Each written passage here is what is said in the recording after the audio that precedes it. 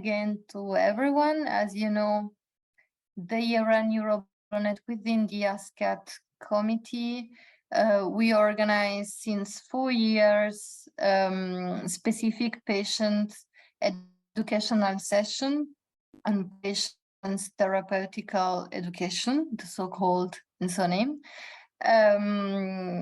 We kept it online. I didn't explain it yesterday because in 2019 we had the ASCAT on site. Then for pandemic outbreak, we had 2 years online. But when we submitted our survey among all the participants, it was raised that it was better to have the virtual educational session because it was more comfortable for joining after work with family and so on. So that's why this year we are trying this formula of keeping it online for being more accessible, and also the video will be available. And some delegates will go to London for presenting the outcome at the plenary session. So we kept this formula to see if it works or not. So it's like an experiment. Every year we also decided the topic together with the participants, because we really want to have a patient-centric event.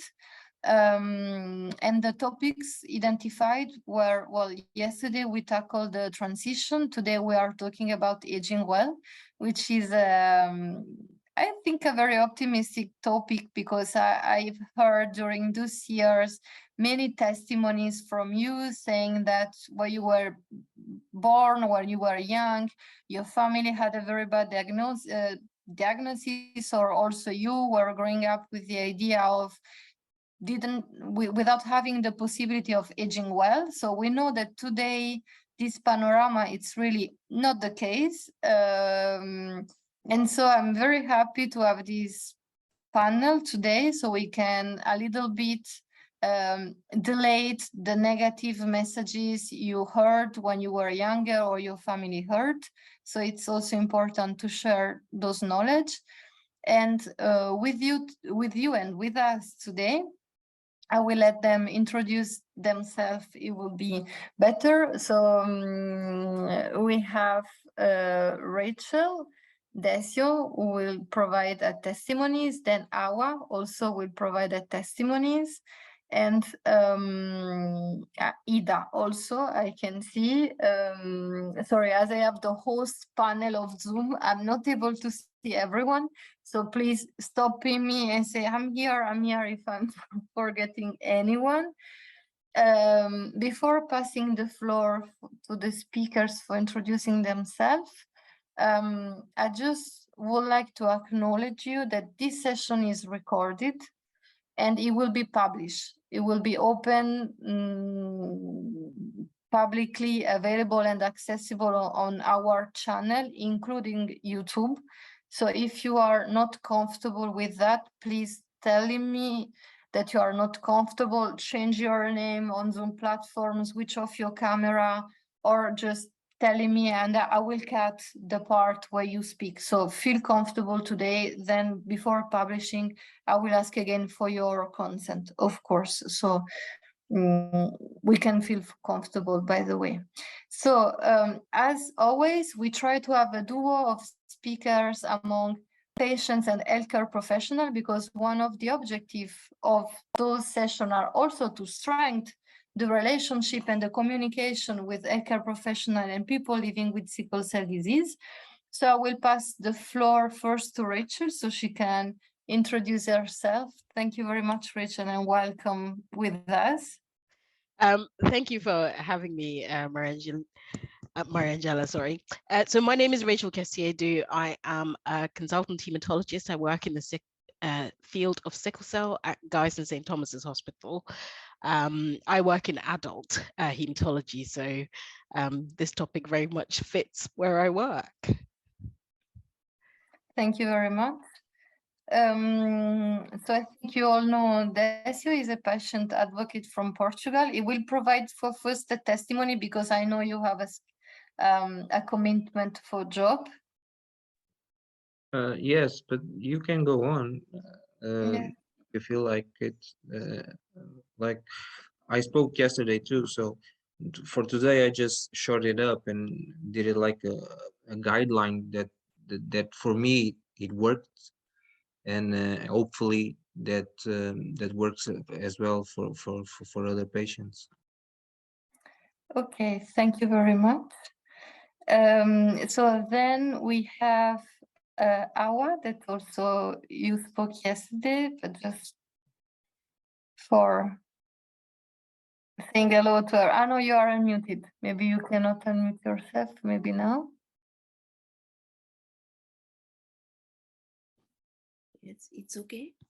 Yes, so thank you. Hello, I'm Awa. I'm a patient of France, of Hospital Henri Mondor.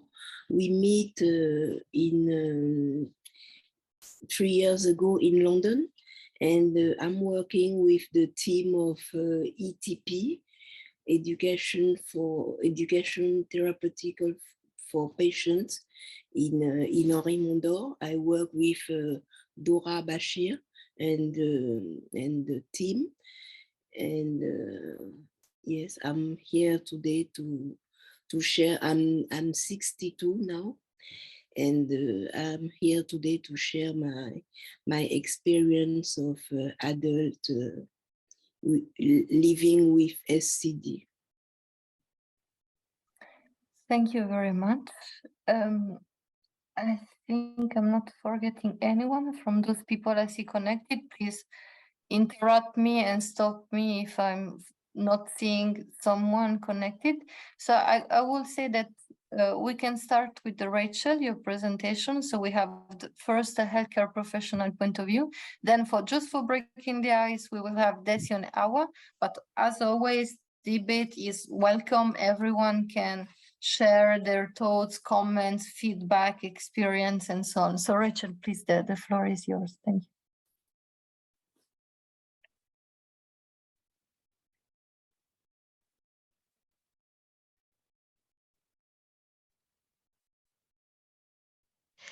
Hopefully you can see the slide. Yes, we can see the slides and we can hear you. Thank you. Excellent, good. So yeah, I'm going to try and cover aging well in a few slides. Obviously, I'm not going to cover every possible thing, but I covered as much as I could think to do. So the first slide is the usual slide all sickle doctors put in, but I'm preaching to the converted here. You all know what this is. So sickle cell is obviously an inherited disorder, and it affects but pretty much any and every system, and can be associated with significant organ damage. Now, survival in sickle cell has been progressively improving for as long as we've been monitoring it. Before the 1970s, sickle cell was very much a pediatric disease. Adults with sickle were incredibly rare to find. In the 1970s, President Nixon in America, who lots of Americans detest, but in the world of sickle, we don't detest him quite so much, passed the Sickle Care Act, which meant that comprehensive sickle centers were set up, and health clinicians focused a bit more on managing and looking after sickle patients. That was one of the first things to start to make a difference in the survival of sickle individuals with sickle. And then over time, with the various timelines you can see here, various clinical trials that were held, which gave us results to improve how we manage our patient cohorts. However, as recently as the late 90s, when we looked at data for survival for sickle patients, it was still in the 40s, but that has changed recently. So King's College, which is the region I work within, published their data. It had a few glitches with it, but it showed that the median age of survival for their patients was into the 60s. And some data out of America around about 2014 also showed the survival had improved into the late 50s. And as you can see, the trajectory is up, although overall survival for sickle patients is still less than the non-sickle population at the current time. So who is the older sickle patient? So generally in the world of sickle, we think of the older patient as anyone who's age 40 or older. I'm very much in that older category myself. The main thing about the older sickle patient is they're obviously a fairly new category if you think about the graph we just look at, which means we clinicians don't really understand all of the health needs. We don't have all the evidence we need to guide how we manage our older sickle patients. So a lot of management for patients in that cohort is led by consensus, is led by very small studies, and a lot of the guidance we have lacks the very robust evidence we have when we're managing our pediatric patients. And we definitely know that the older sickle patient usually acquires some organ damage as they go along. The most common thing we see in the clinic is a bit of renal damage and anemia that gets slightly worse. What do we do in the clinic? In essence, we call it, in London anyway, we call it a comprehensive annual review, but you can do it more than once a year, obviously. And it's where you essentially step back from your patient and try and assess the whole of your patient, every single system. Where is it at? How are things going? What can you tweak? What can you improve to try and optimize health? And obviously with age, all of us can acquire other diagnoses. So things like high blood pressure, diabetes, thyroid disease, all these things and can be a normal part of aging. So if there are any new such diagnoses, making sure that the management of those is also optimized. Doing appropriate scans when you need them to try and keep on top of the investigations and the state of the patient's health is obviously essential. And then overall, for managing the sickle condition, good old hydroxycarbamide is where we usually fall back to for all the patients who are able to take it. But one of the things about hydroxycarbamide, what you call it depends, I guess, where you live, but it is not as well tolerated in the older patients. So in children, they can take 3 grams, 2.5 grams of hydroxycarbamide every day, no problem. But a lot of my patients over 40 will just about get away with 2 to 3 tablets. A vast majority will only be able to tolerate maximum 2 tablets a day. The marrow just doesn't seem to handle big doses of hydroxycarbamide the older you get quite as well. Then there are other treatments like transfusions, which are obviously remain an option, but isn't available everywhere. And then the newer treatments are offering some hope, but they are still really quite new. They're both less than 10 years old. So that's what we do in the clinic. But what can we do together, me, the clinician, and my clients in the clinic? Essentially, it all comes back to education. The more you understand your condition, the more you understand what your condition can do, the more you understand what you can do for your condition, the better your health is going to be. I think it's really important beyond transition that everyone understand what sickle cell is. Every sickle patient should be able to describe what sickle cell is, how it affects their organs, how it can damage organs, and what you can do to try and limit that. Everyone as you go along should get a good understanding of, I can't spell complications, what the severe complications or crises are. Lots of my patients, when they come in, can tell me or will be able to say to me, I knew it was going to be a bad crisis because. So everyone learns, their body learns to know when a crisis is likely to not be one that they can manage at home, so they know to make their way up to us early rather than late. And then doing things that keep you healthy, because the older you get, having sickle doesn't protect you from getting diabetes, doesn't protect you from having high blood pressure, it doesn't protect you if you're overweight from getting weight-related complications. So looking after your health in the same way that everyone else does is generally a good thing. Maintaining a healthy diet, whatever that is to you, making sure you exercise, and there are caveats with exercise with sickle, obviously. You can't just have a day of eating very badly, poorly hydrating, and then go to the gym and do a HIIT class. You can't afford to do that. Before you go to the gym, you have to be really well hydrated, make sure you're rested, know your limits within your exercise, but you can exercise, you should exercise. Exercise is good for all sickle patients. If you have a crisis because of exercise, it's not because exercise is bad for you, it's because you haven't prepped your body to do the exercise. Hydration is essential. I don't need to tell that to any sickle patient. I mean, most sickle patients drink better than anyone else I know, but it is still important to remember that hydration is core, it's central, and it's not just about quenching thirst, it's about making sure your red cells are well hydrated because they're less likely to sickle. Importance of sleep for everyone, not just sickle patients, literally everyone. Sleep is essential. If you don't sleep very well, your stress levels are high. Stress actually has organic impact on your body. Stress is a really good way of triggering off sickle crises. Mental health is no different than physical health. Someone who's low in mood is less likely to take their pills. That if you don't take your pills, you're more likely to become unwell. So being aware of your mental health and raising issues around it, if your mood is dropping off, or if you find yourself being a bit more irritable, doing things proactively to maintain your mental health is just as important as your physical health. If you think you have an infection, you need to see someone about it, you need to tell your teams about it, you need to get on top of infections really early, because that obviously prevents a crisis. If you're prescribed medicines, please take them. If you don't take them, let your doctors know. Sometimes when people come into clinic and they assure me they're taking their medications, and I think, oh, well, your dose is obviously not enough, let's put the dose up. So I can sometimes have, especially the younger patients, who haven't taken pills that I've been prescribing and putting the dose up for months and months and months. And then they get admitted, and then we prescribe what we think is their current dose, and then everything crashes and you're like, oh, you've actually not been taking your medicines at all. So your doctors are working with you, they're not working against you. So if for whatever reason you can't take your medicines, just tell us. No judgment. We will obviously try and encourage you to take it, but no one's going to judge you for not being able to take your medicines for a while. We will try and encourage you and support you to take them.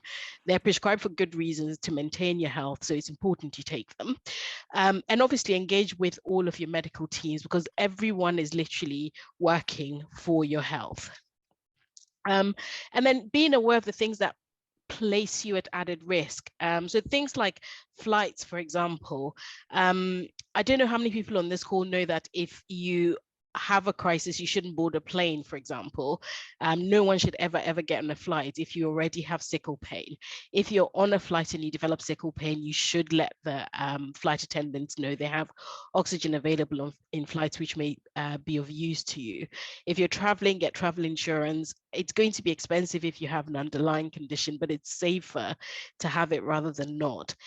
In the last 2 months, I've had 2 sickle patients, both aged over 40, who were going walking in regions of high altitude. And obviously they recognized the risk. So they gave us a call and we had a conversation about the safety of doing that sort of thing. Lots of sickle patients originate from areas with malaria. So when you go traveling home, you must take malaria prophylaxis. Lots of people believe that having sickle protects you against malaria. Every sickle patient I've ever managed with malaria is usually ends up in the intensive care, because malaria is actually really harmful if you have sickle cell. The older we get, the less well we tolerate the things that we may have got away with when you were younger. So if you smoked in your youth, please stop. Sickle itself damages lungs as you progress in age. So if you add risk in, like smoking, including those who smoke things like marijuana for pain, you are just adding more and more damage to an underlying organ state that is being damaged by the sickle condition. So being aware to avoid things that add harm is really important. Lots of people are quite focused on looking at their diet to improve their health, which I think is a really excellent thing. That there probably is an optimal sickle diet, but we just don't know what it is at the moment. I'm sure there is an optimal sickle diet. We truly don't know what it is. So just maintaining a normal, healthy, balanced diet, whatever that version is for you, is probably just as good as anything else. Lots of sickle patients are obviously lactose intolerant, which means dairy is off the table for most. Lots of people are aiming towards that sort of vegan, vegetarian diets at the moment for lots of health and other reasons. As long as you're aware that you need to have good folic intake, so lots of fresh green leafy things, I'm sure those diets work just as well. One of the things that I come across every so often is fasting, sometimes for religious reasons, sometimes for not religious reasons. It's just remembering that fasting is not necessarily a good thing for a sickle patient. If you're going to fast, you have to remember to keep hydrated. I personally don't advocate it, but for some people, for religious reasons, are quite keen to fast. We just say, just maintain your hydration. Ideally don't, but if you are going to fast, then just make sure you maintain hydration. So complete fast is definitely not a good idea.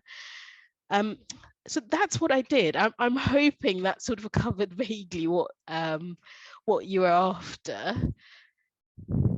Thank you very much, Rachel. It was really clear. I take a lot of notes. Thank you very much, because I'm the first person that learned a lot from healthcare professional and patients, and I always love to absorb knowledge. We have already first question in the chat from Elvi. In Germany, they say that only sickle cell carriers are protected from malaria. Yeah, so the theory of sickle is that it was a spontaneous mutation that arose because it offered protection against fulminant malaria in the trait status. So basically, children born in areas where there's a lot of malaria, lots of them, when they caught malaria, children would die, but the children who survived were the ones who had trait. So that's why sickle was perpetuated and carried on, because lots of children who then became adults were carriers, and then they obviously had children who had sickle and lots of children who had trait. So there probably is some fact to that. For sure, there probably is some facts there, but even those with trait, when they go to malaria regions, have to take prophylaxis as well.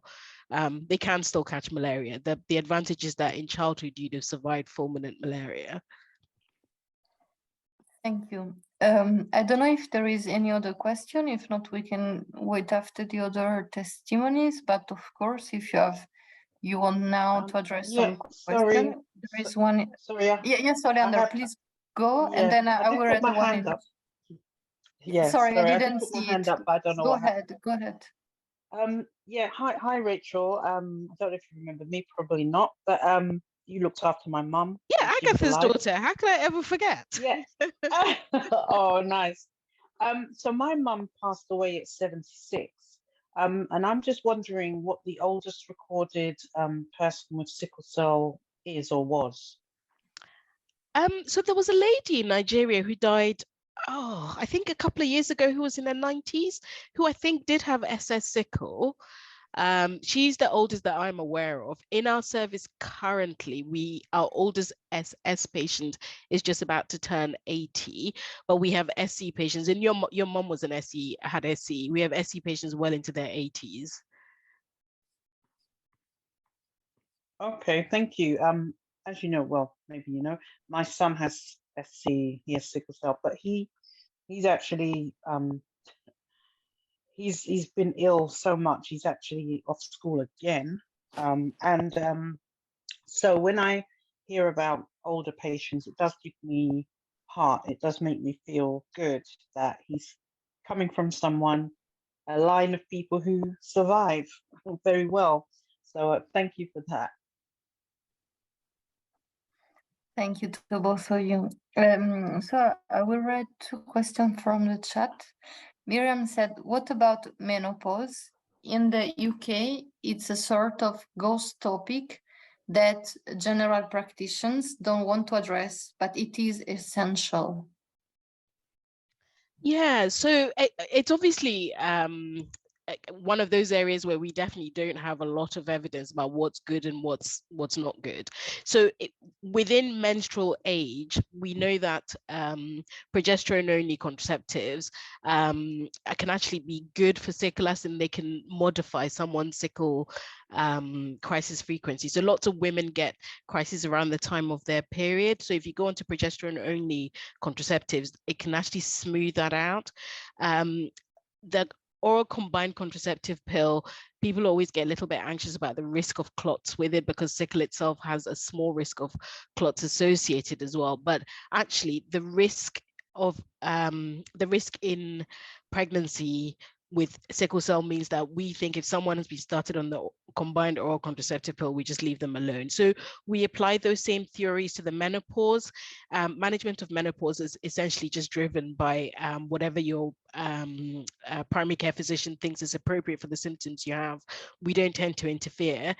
The only time we get into a conversation with them is if it's a patient who's had a significant clot, like a lung clot or a limb clot, then we would have a conversation with them, with our thrombosis specialist, just to make sure that the HRT they're choosing to manage the patient doesn't have a specifically increased risk of clots. But other than that, you would be treated in the menopause same as your next door neighbor, with no added concerns other than clots, really.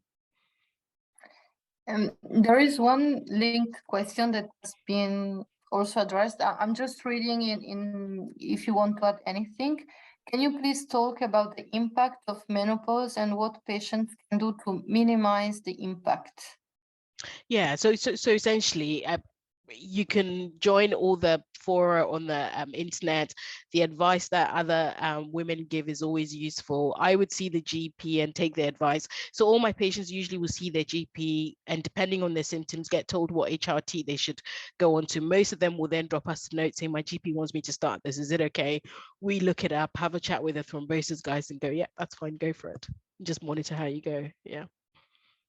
Thank you. So we'll go to the next question. Agnes asks us, would there be a scientific reason why hydroxyurea does not work very well in adults compared to children? Yes, there is. So it's not that it doesn't work as well. It's just that you can't push the doses as high. So all of us, every single human being, when we're born in childhood, we have these really high hemoglobins and these bone marrows that are incredibly well populated and making blood at the speed of knots. As we get older, there's a rate of attrition in your marrow. So everyone becomes a little bit anemic with age, and that's standard. So there's a bit of that in the world of sickle as well. You do develop a degree of anemia with age because we all age, but we think there probably is an additional factor in that sickle cell probably sickles some of the marrow away. So we think the marrow in the older sickle patient is just got less reserve. There's just slightly less of it, which means when you give hydroxycarbamide, which is a tablet that works on the marrow by putting a bit of a halt on the counts, there's just less marrow for the drug to work on, which means it takes much less of it to get into the side effect window rather than be within the effective window. So and also there's the secondary thing that happens with the older patients as well, is because the kidneys don't work quite as well as at clearing the drug, a smaller amount of drug hangs about a little bit longer. So there's an effect from the kidneys, a probably slightly reduced marrow reserve, and the two combined means you can tolerate less of a dose, but it doesn't make it less effective. We just can't get to the sort of doses we got to in your 20s once you're in your 40s. Thank you very much. I see no other question in the chat, nor people willing to talk. So maybe we can give the floor to testimonies and retake any topics you wish to address. So I don't know if Decio or Awa who wants to go first. Maybe Decio, because you have an appointment, you want to go first? Just because you told me that in some minutes you need to if I may, yes. Right. We all have these stories, and each and every one of us have a single different story that can match a little bit with other stories by the fact that we all have sickle cell. So my parents had me in Africa, Mozambique, and I flew with them to Portugal by the age of 1. And by then, my body reacted a little bit like when you have a flu. And I had a lot of that symptoms. So the clinician that took care of us embraced that as flu and gave me a lot of antibiotics. So by the time I was 4, the antibiotics didn't work anymore. So he sent me to another hospital in Lisbon, where I could get tested and everything. And then was there where they find out that I had sickle cell and thalassemia, and my mother had thalassemia and my father had sickle cell. And was there the first time that I saw the fear in the eyes of my parents, because they didn't know how to react to the information, because the information was very poor by then. They would say that by the 18th birthday, it was very if I get to my 18th birthday, so I get rid of sickle cell. I had those opinions. Other doctors said that I shouldn't have much expectations about the future, because with sickle cell you probably going to die very young. So those common comments that we heard while we are aging build us from inside out. So we begin to see ourselves as how can I say it for the younger audience? We may see ourselves as the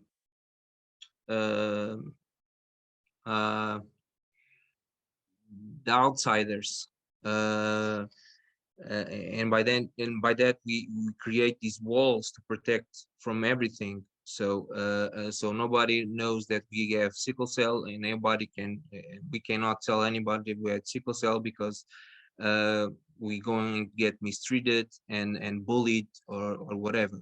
So I also created those walls. But I understand very quickly that by creating those walls, I wasn't finding my happiness. I was trapped inside myself, I trapped inside my body, and I couldn't be happy. So I tried to find my purpose, climbing those walls that I created myself. So when you find happiness, you find joy in everything that you do, right? So and no matter like if you are going to get sick again, or that your projects that you dream of um, aren't just the way that you dreamed of. If you take a good look of things, and with a bright mind and open heart, essentially, you'll see that you can achieve everything. And I'm one of those children that my parents, because they didn't understand what sickle cell was, they let me do everything that I wanted to. So I did surf, I practiced basketball, I did whatever, and by that I could do everything that I possibly dreamed of, and and that built me to be a stronger person while I was struggling in school and battling for something better. So when basketball didn't work, I started thinking like, okay, if you wanna win in this world, you just have to have good basis. So you gotta study and study hard and study the hardest, so that people can see that you are here and that you are worth it. So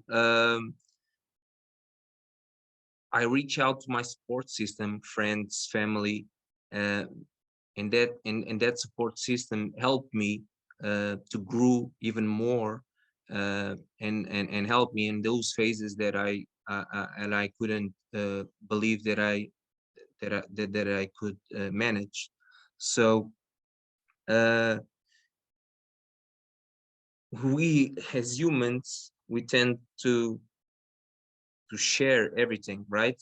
If we feel if you feel like you're trapped inside your walls, you cannot reach to another person.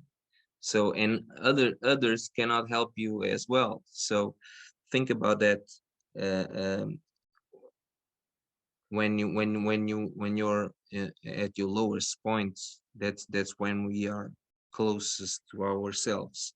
So the share, uh, uh, the need to touch, the voice, the warmth of others, it's important to survive. And for us sickle cell patients, we need to have that support system, and know that people are around you, and people that you can trust, so that you can build yourself from there.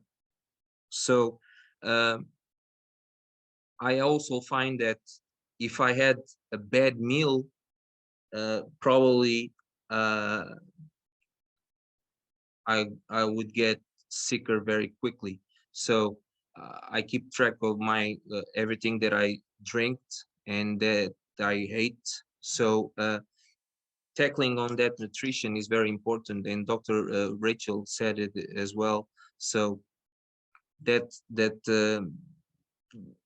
those good foods that you take are good for your immune system, and those nutritions delicacies are very important for your growth, and as well as your protection. So keep that in mind. And Dr. Rachel said something that's very important too, and about the education. So keep informed about everything. That's the most important thing for us sickle cell patients, so that we can track on what's new and what can be good for you. Uh, uh, you can even see if your doctor is reacting on a proper way or not. You can talk with him or her about new regulations, new stuff, new medication, whatever. So don't neglect the difference, right? So rather to do it, just embrace it, and find your own path. I find out mine, and by this communications and this Zoom meetings and this advocacies, I can share my growth, and hopefully I can reach out for the younger youth, and so that they know that that's a possibility to grow up and to be whatever you want to be. And self-acceptance is the key. If you not accept yourself, you're gonna have a problem. Not only for sickle cell patients, but for everybody. So and that's the most difficult point, is accepting yourself. But when you do it, you'll find out that everything around you is going to be different and going to move towards you, just like that. And keep your body moving. Dr. Rachel said it and said it well. I can say it too, but I'm a little bit suspicious because I'm a physical therapist, so I embrace that very much. But I'm going to leave my testimony by the words of Galileo, that he said that the natural condition of the body isn't the rest but the movement.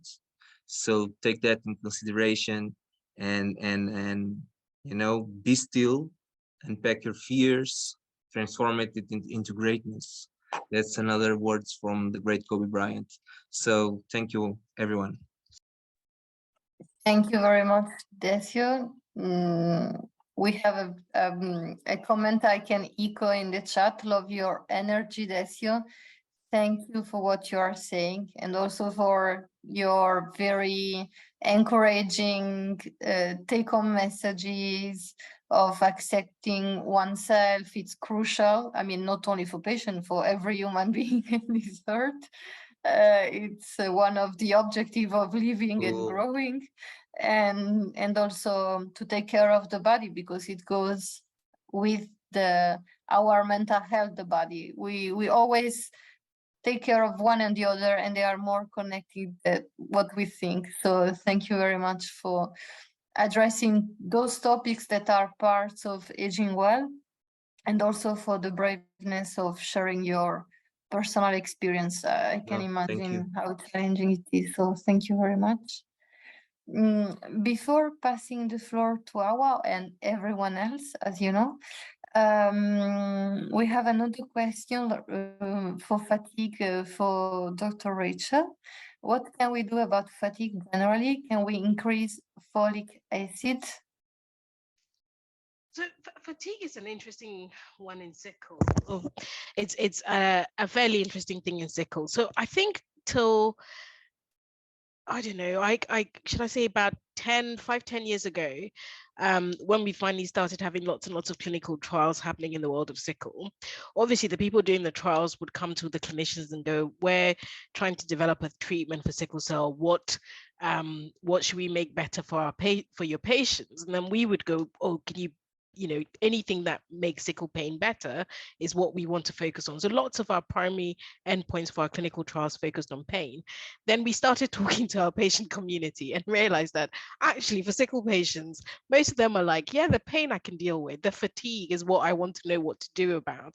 So it's something that clinicians have had to learn from our patients, that even though what we manage patients for in hospital is pain, which has skewed our view because we very much focus on pain. Actually, for most patients, for the 364 days they're out in the community, they just want to know what to do about their fatigue. We don't have any straightforward answers, I'm afraid. So there are lots of simple things. All the things that anyone else will do to reduce fatigue hold true yet again. You know, if you don't sleep well enough, you will be more tired. If you do sleep all the hours that you're supposed to sleep, but you're still really tired and fatigued during the day, you know, there are lots of really simple things to ask. Are you someone who snores? Are you waking up tired? Are you having lots of headaches? Because actually you might have obstructive sleep apnea, which always seems a bit weird when you say to sickle patients, because everyone thinks OSA patients are these fat, huge, overweight patients with lots of neck fats. But actually, OSA rates, obstructive sleep apnea, which is where your airway blocks at night so you don't get quality rest, rates are actually a little bit more increased in sickle patients, even the really skinny sickle patients. So have a chat with your doctor around your fatigue, because there may be some medical things we can do. Sickle women can still have heavy periods, incredibly common amongst Black women with fibroids, which means you can actually become iron deficient, which can make your fatigue worse.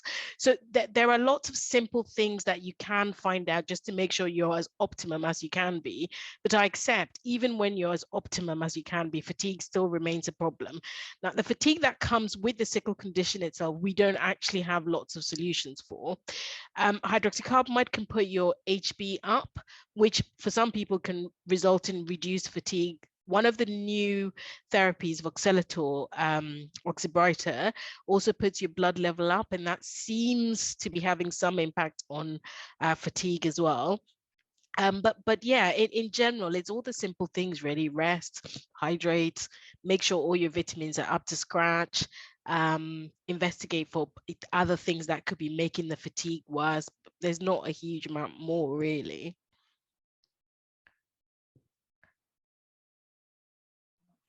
Thank you. Okay, I see no hands raised and no other question in chat or comment. Or yes, there's Naomi with the hands raised, isn't it? Sorry, I lost it. You can unmute yourself and take the floor. Thank you. Thank you very much. Thank you, Dr. Rachel, for everything you've said so far. I have a question. With all the new treatments that have come out, is there anyone that's proven best for over 40s, or, you know, better with age than the other, or they're equally good for? Because I'm currently on crizanlizumab. I can never say it correctly, but you know the one I'm talking about. So I'm just wondering if the other one is better for me because of my age. So would you say one of the new ones, one is better for age than the other one, or they're both equally good and effective? So by some weird dint of fate, the two new drugs we have in sickle cell are actually licensed for different things. So the one you're on, crizanlizumab, is the one we advocate for those who get pain. So what that one does, and we just call it Criz, I don't say the whole thing, Criz. What that does is it's stopping your sickle cells from sticking to the blood vessel. So it's stopping the occlusion that causes pain. So we use Criz for anyone who gets pain. So you need to have pain at least twice in 12 months in the UK to get it. So yeah, if you've had 2 episodes of pain in the 12 months, you get it. So Criz is about pain. Vox, which is oxybrita, the tablet medication, is about blood level. So we don't use Vox for pain. We use Vox for people who have a significant anemia and want to put their blood level up. So we use them for different indications, and age doesn't come into it. It doesn't matter your age. Although to be fair, it's currently not available for the under 12s. But yeah, so it's actually the indication, and that just serendipitously has worked quite well, because they are the two things we want to focus on. So there's some patients for whom you just want to get their blood level up because it's dropped with age, we can't transfuse, there's a whole bunch of reasons. And for other people, you want to focus on reducing pain. So that's how we're using it currently.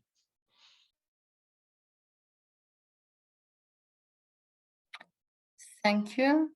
Thank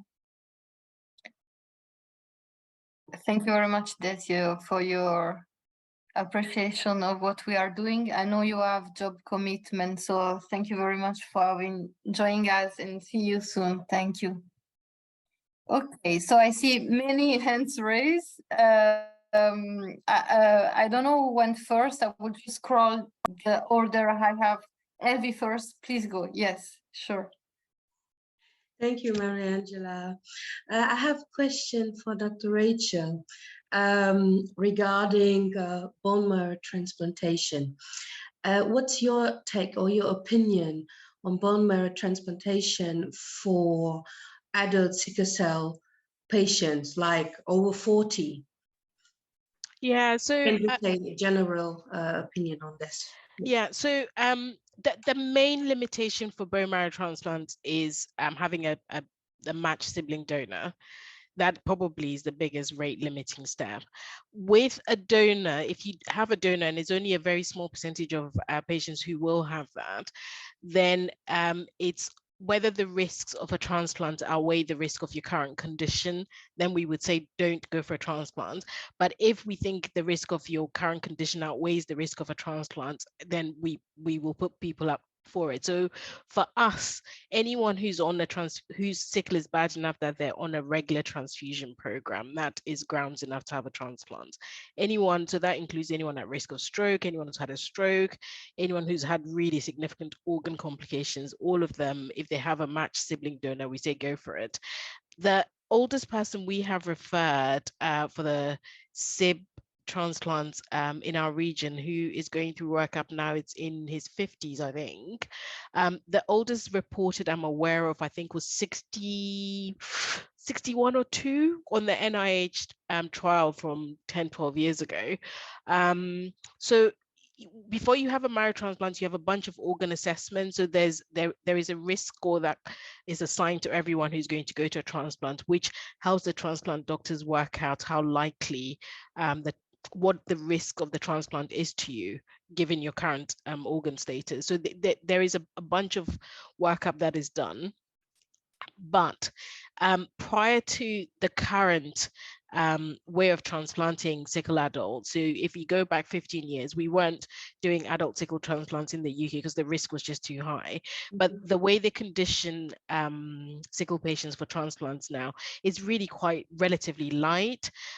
So if you've got high risk disease, we put you forward for a sibling transplant and we don't quibble about it too much. You'd have to have fairly significant organ damage for us to say we wouldn't put you forward for it. So the main limitation is having a donor. That is by far the main reason why most people will end up not having it, rather than because they've got a bit of mild kidney damage or anything like that. Yeah. And there's no age limit for you. If you know you have a patient who has a donor, yeah, and the person is the sibling donor. I'm saying this because I'm the first patient of Germany who got this bone marrow transplantation 30 years ago, you know, and their medicine was quite different, because 7 years later, after this transplant BMT, I had bone cancer from it, you know, and 30 years later, it's different. Everything is very different now. Yeah. So it tends to be that when I tell my story, I share my story and everything. So adult patient come towards me and say, okay, the past years, the treatment, so the doctor never had the courage to send him to BMT, even if he knows that he has a sibling donor, you know. So now they're thinking about it because medicine is improving and everything. They're thinking about doing it. So, but I'm trying to understand if there's a higher risk as an adult, because doctors say it in general that there is a higher risk and everything. And my brother, he had his BMT at 23. So also as an adult, I had it at 6. You know, so now I'm talking also with 40 plus adults, yeah, SCD adults, who are asking themselves if they can, if it's a topic to go towards the doctors, and they would recommend it. So that's to know the it's a balance on this. It's definitely a balance. So the patient's wishes come into it quite strongly, because the reality is if you're 56 with SCD, I mean, you're doing grand. So it is a balance. So we work our way through the risks, look at the donor you have, look at the conditioning regimens are there. In the UK, you'll get discussed in quite a number of multidisciplinary meetings, including a national one before we proceed. But yeah, if someone's got a donor, they're otherwise relatively fit, they're super keen for it, we probably wouldn't hold them back. Okay. Thank you so much. Thank you. So, Dele Obe? Yes. We can hear you. Okay, can you hear me now? Yes, perfectly. My question is for Dr. Rachel. You happen to be my consultant. Anyway, you know this voxelotor that you said if you don't have as much pain, but you can take the other one that increases the HB. If he increases the HB, would that decrease the fatigue then in, you know, aging person? Because like I'm 57, so I'm thinking, how can I help this fatigue? Do I go on voxelotor? Though I don't have, my crisis probably will be two times a year and is maintained at home. So it's just the fatigue, the daily fatigue, you know, and that is beginning to wear me down a bit, because I'm like, I'm tired all the time. So I'm like, what do I do? Should I increase the folic acid dosage? Would that increase iron and then the HB level will rise? Or what's going to make it rise? Because I could remember when I was pregnant that the HB, they were doing the blood transfusion and I had a high HB. I had so much energy. Would that be the same with the voxelotor, or it's just naive of me asking? It's a medical question. No. It's a very good question. So I guess the first thing I would say is that experience with Vox is still relatively recent.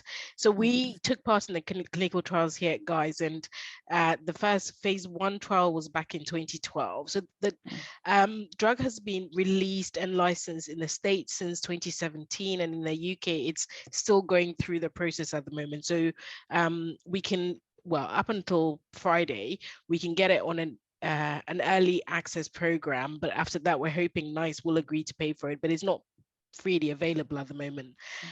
So the evidence is still relatively recent. Then I'll still say hydroxycarbamide first. 30 years of experience, 30 years of knowledge, that is still my go-to if you want to put your blood up. It does all the things both drugs do. It's still our go-to choice. We definitely in the national MDTs discuss patients who, for reasons unclear, even though HaDEA has been around for 30 years, they're like, I don't want HaDEA, I want the new medicine. And the sort of the clinicians go around in circles a bit going by, why? And so there are patients out there who are on voxelotor for exactly the reason you describe. The evidence for fatigue, obviously in the lab, I can do your labs and show your HB's gone up. It doesn't always translate into fatigue disappearing within the patients. It does sometimes, but it doesn't always. So the trial evidence and the reason the drug got its license is because it puts the HB up. They did do a quality of life assessment to see if it did improve people's quality of life, but that bit didn't quite cut it enough to be the rationale for licensing. So if we put you forward for it, would be putting you forward for it because it's something like your HB used to run in the 80s, now it's 70 for reasons unclear, you won't take HaDEA, we can't transfuse you, we'd like to put you on voxelotor, and that's how you would go on it. Okay. But if you transfuse, would that also, I mean, would that help? Oh yeah, for sure. But transfusion is not without any risks as well, obviously, but okay. Yeah. Okay, thank you. No worries. Thank you. So I will go to Oleander.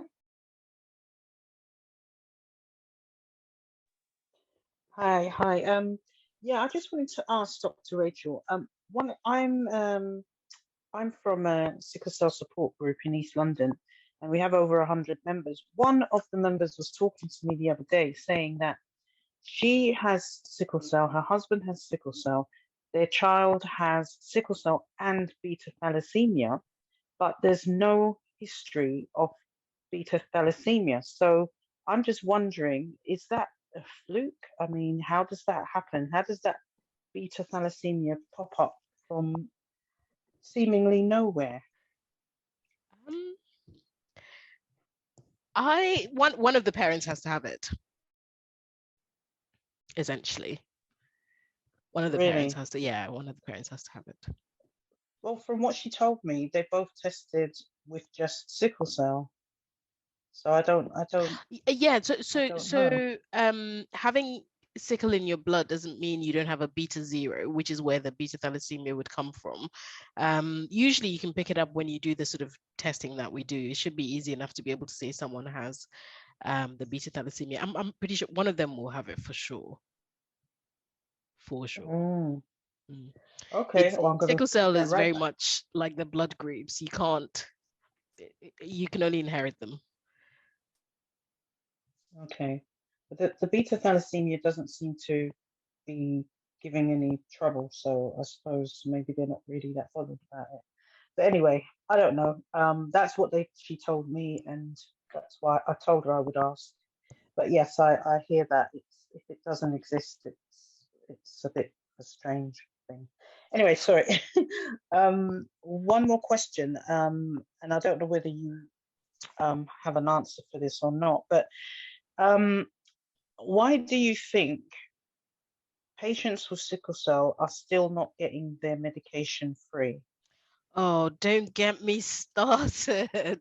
That's a UK Because problem. Don't get me it started. is, it's really disturbing that, you know, it is a life-limiting condition. There are other conditions out there who are also life-limiting, and yet we within the sickle cell community cannot get this medication free. It's really, I don't know what we can do. What can we do? So, Mariangela, I don't know what it's like in the rest of Europe, but this is a very specific UK problem, where generally, if you have certain conditions, you don't pay for your prescriptions, but everyone else pays a set amount for their prescription. So we have if you have one item on your prescription, you pay, I think it's £9 now. And if you have two items, you pay 2 times £9. And sickle patients have an inherited condition. So it's not an acquired condition. So it should be that they don't pay for their prescriptions. But in the UK, they pay for their prescriptions. And it's been a rumbling problem for years. And it doesn't matter what we do. No government so far has made it free. And it's so irritating. But yeah, we mobilize and organize. I'm not sure what more we can do, Oleander. Yeah, well, for answering, it depends. Each country is different. It depends on the way health system is organized. It could be public. So when it's public, most of costs are reimbursed by the states directly. So the patient should not anticipate any cost, and sometimes prescription are covered, sometimes not, but they are very low price. But anyway, every treatment is covered. Then you can have a mixed health system, which is called mutual. So it's a mixed among private and public, and some costs are covered by the public health, and some other, it depends on the private assurance each one has. And then it comes to private health system when it depends on each health assurance. So in Europe, we don't have a unified answer. It really depends on the country. It's really varied.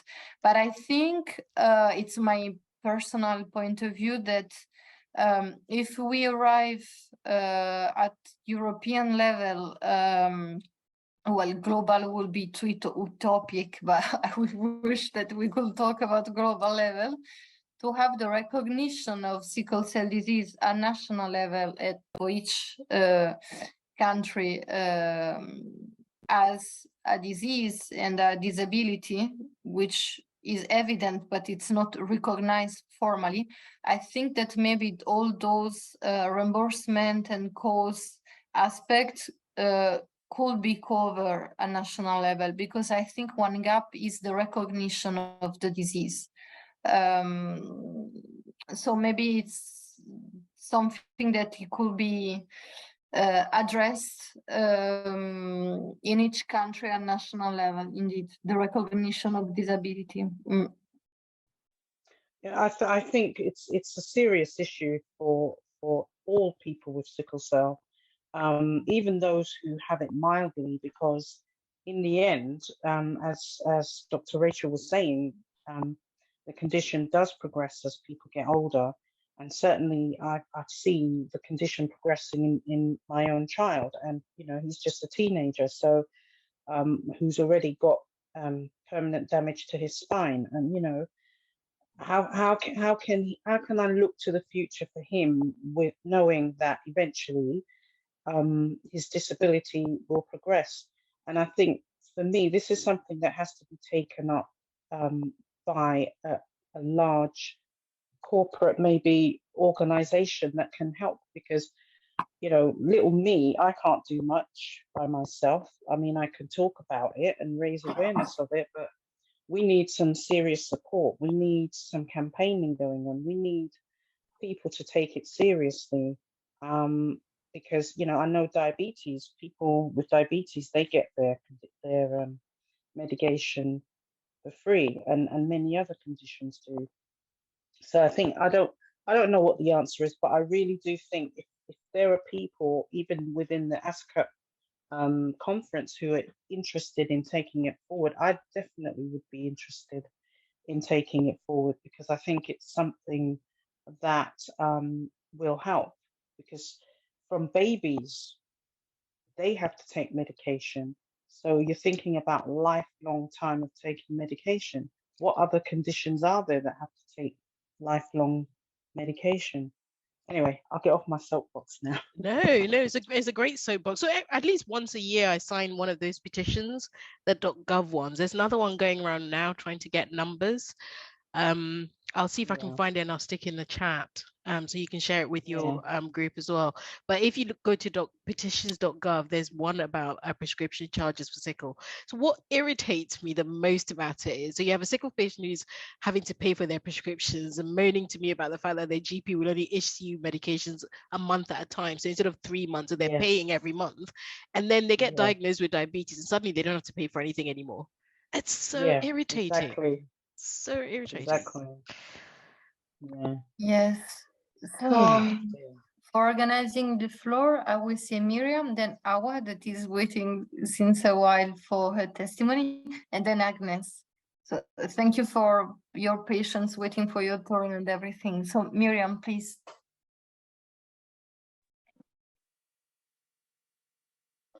Oh, hello.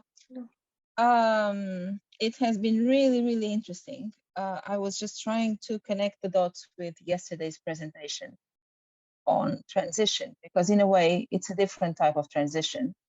And it's a type of transition where I find that the support is really, really scarce.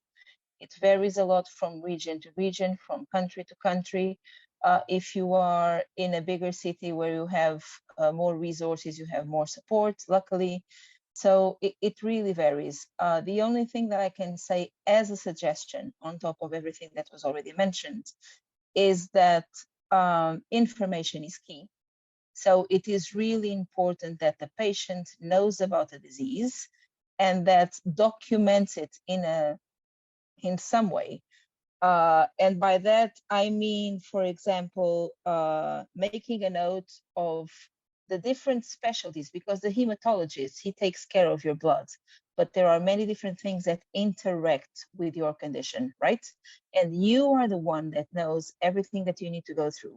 If it's eyes, gynecology, I don't know, teeth, and whatever, everything contributes and you need to be aware of everything. So it's very important that you know whatever you do throughout the year, and every now and then that you check it with your GP, or you even check it with a hematologist as well, just saying, okay, this is what I have been doing, everything is okay, or there is something which is not right, especially because with aging, usually medication also increases.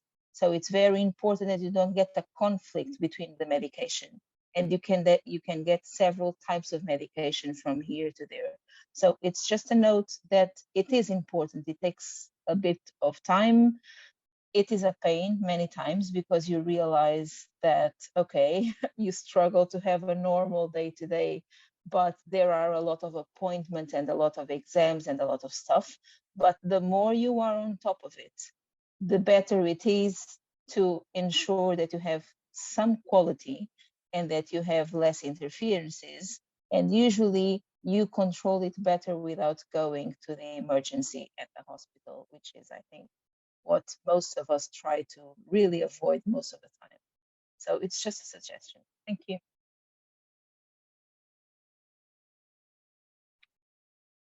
Thank you, Miriam. So maybe we can hear from Awa now.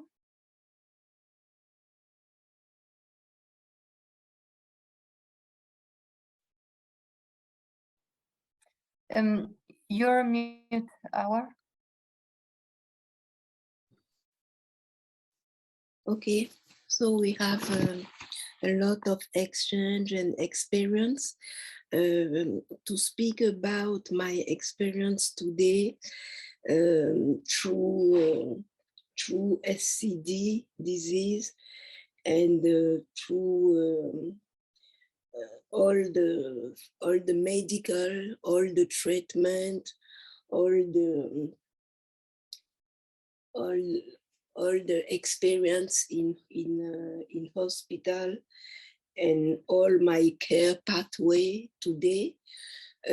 We know that if we look only to the scientific part of this discussion, there is a lot of new treatment. We are more comfortable than when we were young adults.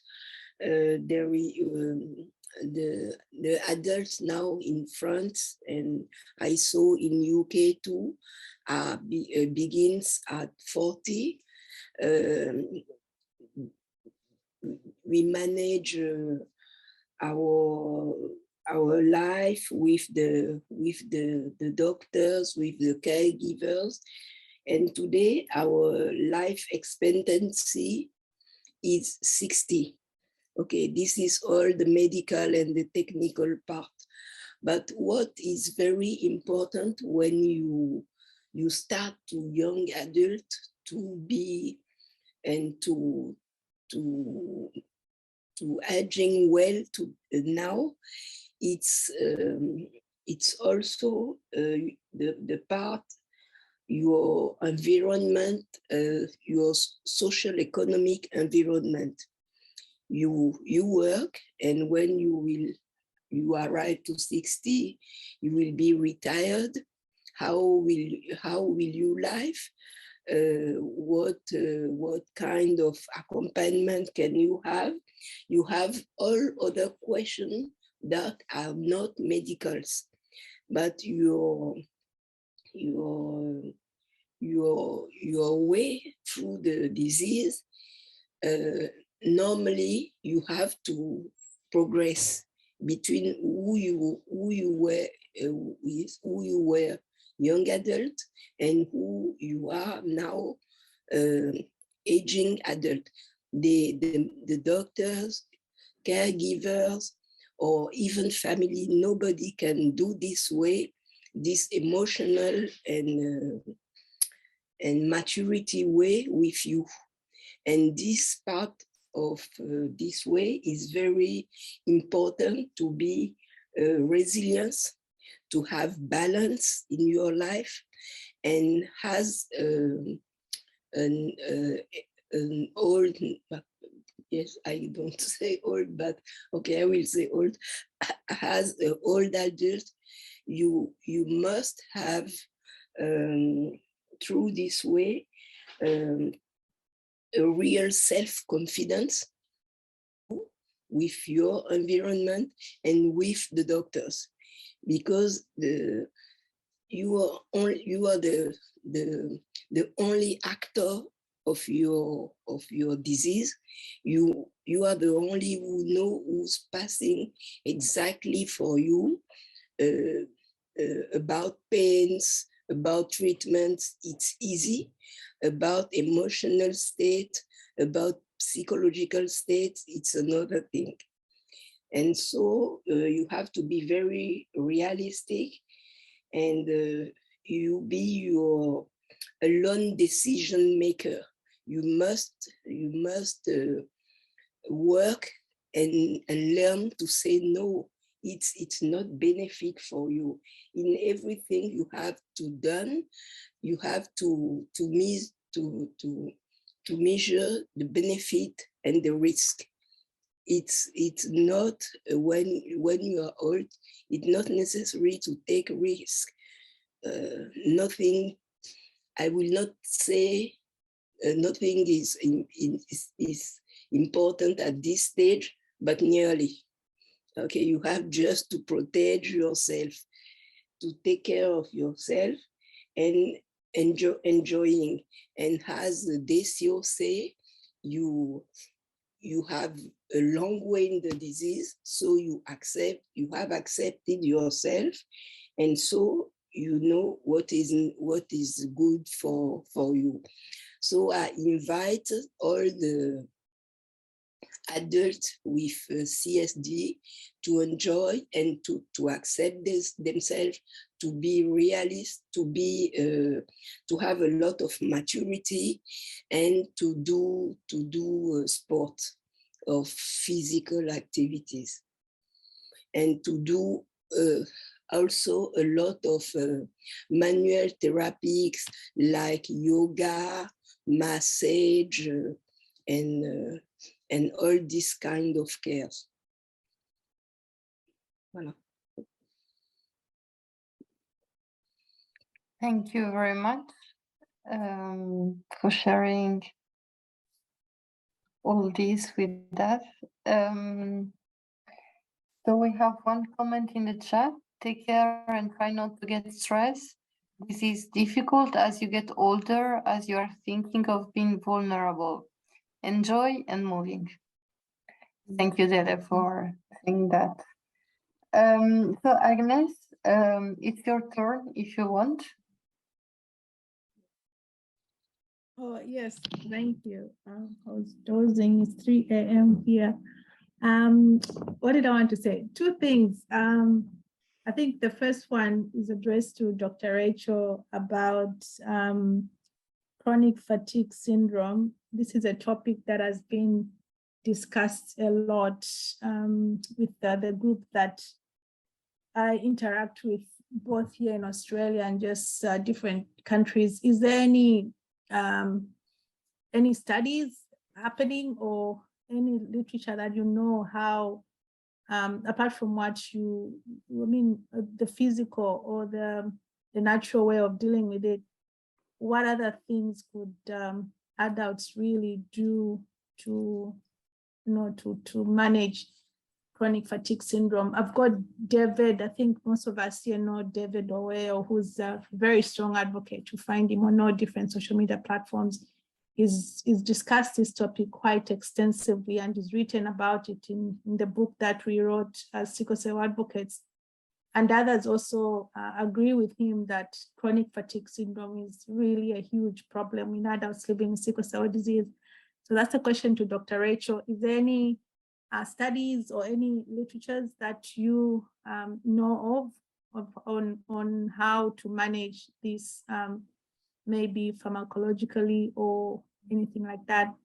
And then the second question, or just a contribution to what Olianda was talking about in terms of recognition of sickle cell disease. I think, as I put in the chat box, this is a global issue, and I think we need to come together as advocates to see how we can tackle this problem. Because I tell you, like, even here in Australia, I know in terms of health,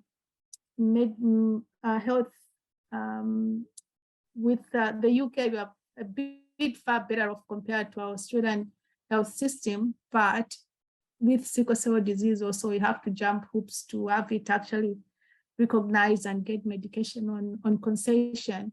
I think just a contribution to say we need to come together and go to the highest authorities. And I suggested, and this is not my own suggestion, even from the other groups I've listened to, that maybe United Health, World Health Organizations and United Nations need to tackle this from up there and down to the countries that are member countries, to have sickle cell easily recognized like any other chronic condition. So yeah, so a question and a contribution to Olianda's statement. Thank you.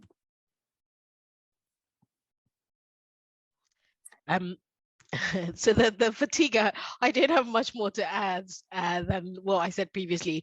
It is definitely recognized as something that we do need to do a lot more work around, and certainly maybe not all, but most trials focusing on therapies for sickle now will have questionnaires that are looking at quality of life, which are picking up issues around fatigue. So hopefully we will find out which of the new and upcoming therapies are going to be more useful for that, because it usually is not as simple as a better HB, although that definitely does have impact.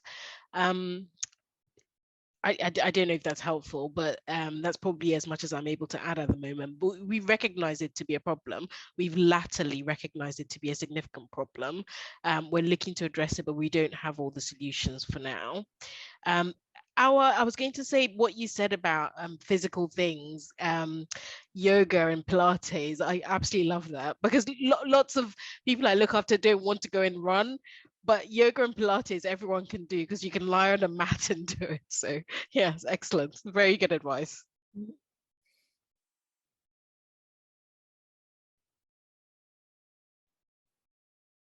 Thank you very much. So everything has been addressed in the chat. I don't know if any one of you want to add anything or want to express a thought. We have said a lot already. I know. Sorry, can I quickly ask Dr. Rachel, coming back to you? I recently started, when I say recently, I'll say about 6 months ago, weekly psychological sessions, and I've seen the huge impact it's had on my mental health with dealing with sickle cell, my age and my personal circumstances. And I know a few people. I live in Milton Keynes, so really far from London. So usually to get healthcare sometimes can be, you have to fight for everything and know your rights, know what's available out there. So I know a few people here in Milton Keynes that don't even have that opportunity. My psychologist is in London, Hammersmith Hospital. So I've seen the huge impact it's had on me, the willingness to want to be better, the choices I make regarding my health and all that. Because sometimes it's just that you're not motivated. You lack the motivation to do anything. So if this is helping a lot, why is it not available to everyone with sickle cell and anyone who wants to be on it, you know? Why is it that it's available to a few and you actually have to fight for it? Because I was going through a breakdown with my menopause, sickle cell, and then I had to absolutely get on that, and it's helped. But I know that if I'd had this help, I wouldn't have got to the point where I was having that mental breakdown and all that.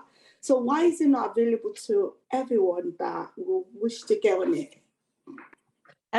So I guess the caveat to me answering that question is I work at Guy's and St. Thomas's Hospital, and that sickle service here was the first to introduce psychologists into the as a part of the standard of sickle management. So Nikki Thomas, who was one of the first sickle psychologists in England, worked here. So we've always been advocates, and our service has always had psychologists. So it started off with Nikki, eventually we had 3 others, and now our psychology team has about 5 members on it. And even with 5 people in that team, they still have a 1-year waiting list of patients coming in. So I absolutely believe that psychology is an essential part of sickle care management. It's not possible to manage sickle within just the individual. In pediatrics, sickle has effects on the parents. There's a sense of guilt because they gave a condition to the child, which affects their interactions with the child. It affects their interaction with their other children. So the presence of sickle it affects everything right from the ground up.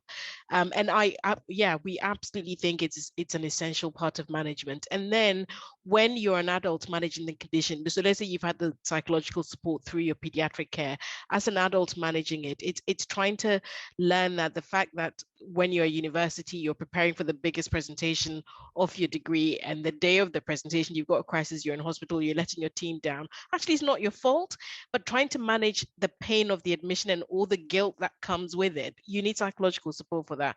So no, I'm 100% sold on the fact that you cannot manage sickle without psychology support. Now, since in England, we carved up sickle care into the HCCs, a number of hospitals have been designated as SHT, so they're specialist health centers. So if you work in a specialist health center, you have to have psychology support. So in my region, it's us, Kings, Lewisham, Croydon and Queen Elizabeth are the specialist centers, and we all have psychology support built in now. And even the areas that didn't are all either looking or have got some in. So it's definitely getting better. But if your local is an LHT, and I could be wrong, but I think Milton Keynes is an LHT, is a local center. So if you're a local center, then you're not going to have it. But because of how care works now, you should have access to a specialist center who will have the psychologist to support you. But no, I'm 100% sold. You cannot manage the condition sickle cell without psychologist support, and the effect of mental health and sickle health cannot be oversold. It's not possible to oversell it. The two go hand in hand, 100%. Yeah. Yeah. In fact, I have a story that tells you how intricate all of this is. So a friend of mine, one of her very good friends who are also medics, their kid had sickle, and he was one of the first young adult on the NIH protocol to get a transplant. So got cured of his sickle condition. And then his health just went down the pan. His mental health went completely down the pan, because there is a huge link of who you are as self and your sickle condition. And those two things are quite heavily twinned. And if we don't recognize the psychological and mental links between the sickle condition and the person that you are, it's trying to manage the condition gets really difficult. I mean, you need a whole session on psychology just to delve into that. It's really complicated. Yeah. Yeah, I quote the same. It's really complicated. Thank you. I think we should cover psychological effects of sickle cell in this kind of environment. Not necessarily today, because, you know, like Dr. Rachel said, it needs a whole session on it. Because, to be honest, I think that I know I missed the transition, but I think all of that has a massive psychological effect, and I am fighting to say that I believe the transition for young people with sickle cell is too young. I really do not believe that a 16-year-old dealing with that level of pain, dealing with that level of trauma, is ready to go through to adult care. I honestly do not believe that. And certainly many of the parent carers that I am connected with feel the same way. And a lot, it's just too much. They're dealing with their GCSEs, they're dealing with changing from child to adult, and all of those other issues that age has to deal with. They are still children. And again, it's another thing which I feel needs to change. Now, before anyone says it, I'm very much aware that it's the same for all children. So it's not that it's a special thing that I'm asking for.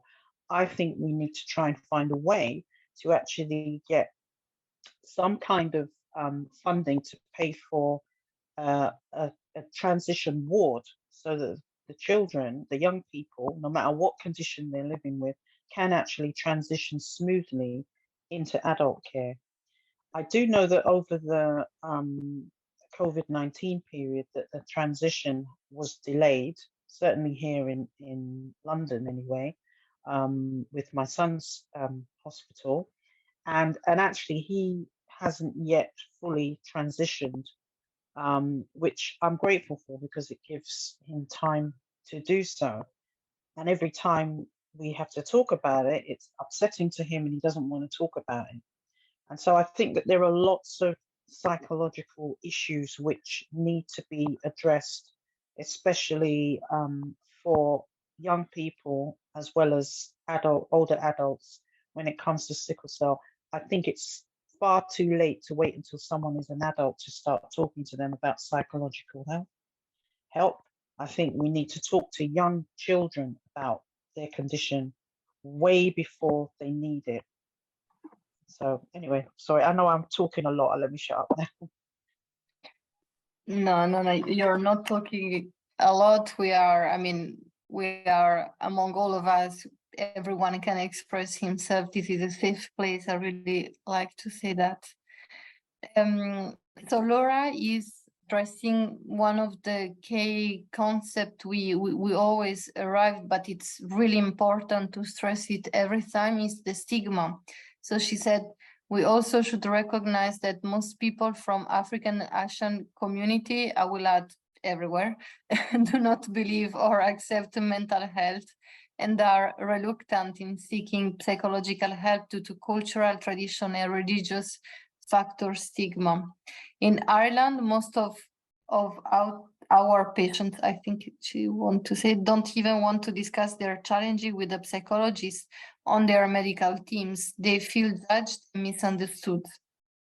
This is one of the of the problem when it comes to mental health, the stigmatization of talking about mental health, and the prejudice that being not okay means to be crazy or means to be weak. So I completely agree that those are occasions to express loudly that taking care of mental health is health, is nothing to be ashamed of, because it's part of taking well care of oneself. And indeed, last year we had a mental health session and went great. And we are trying also to provide this kind of information. Then I have a comment from Funmi. I completely agree with Oleander. In children, it should be a holistic approach.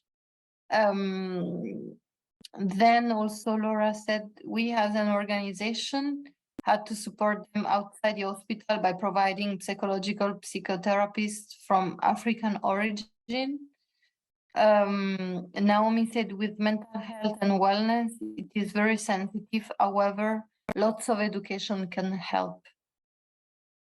Indeed, I agree. Both things.